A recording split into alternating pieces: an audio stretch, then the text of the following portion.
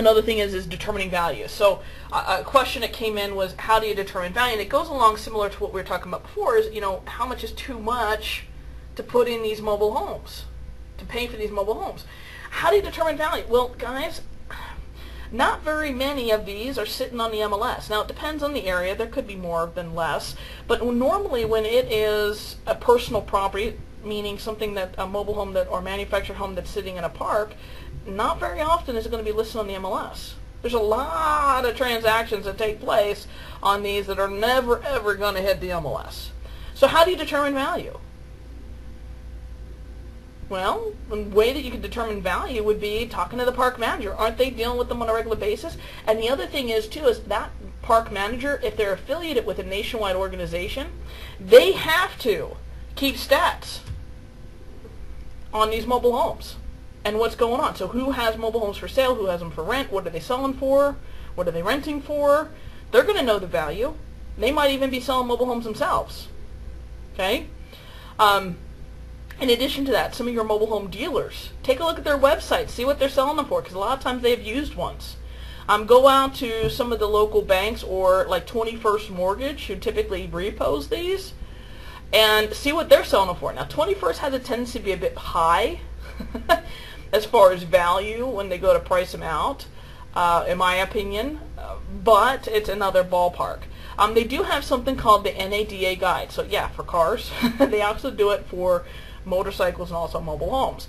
The thing is, though, is that NADA guide is, in my opinion, has never been accurate. When I first got started in this business, I was all excited. I bought this big old book. It was expensive. I got a year subscription. I looked at it and I go, whew, this doesn't seem anywhere close to what I'm finding as market value is.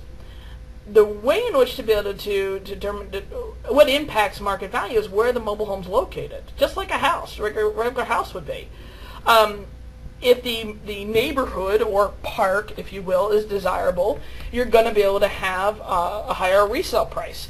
If it's located close to the big city, it's close to transportation, it's plenty of employment, close to the hospitals, close to shopping. If it has amenities, obviously those things are going to be a heck of a lot more desirable. If it's well maintained, it's going to be that much more desirable. If it's well managed, it's going to be that much more desirable. So the actual value can be determined by what's going on within the community and how well maintained it is. As you're driving through the park, call on the for sale signs. See what things are selling for. And compare it to yours. Now you're going to find a unit mix in there. Okay, you might find some old double wides and some new double wides. You might find some old single wides, and you've got a brand new single wide or newer single wide. Maybe you got a 1990s single wide. How do you compare it to that? It's a matter of utilizing a variety of different resources, seeing where people are selling things for, maybe on Craigslist, right? Seeing what people are, what the park manager is saying to sell it for, seeing what some of your mobile home dealers that are doing used mobile homes in your area are selling them for, see what 21st Mortgage is selling them for, and you know what else? If nothing else, post a few ads with different price points, a little bit of a different description on Craigslist, and see what happens. See who bites. Test marketing. That's what I ended up doing when I didn't see that the NADA guide worked for me.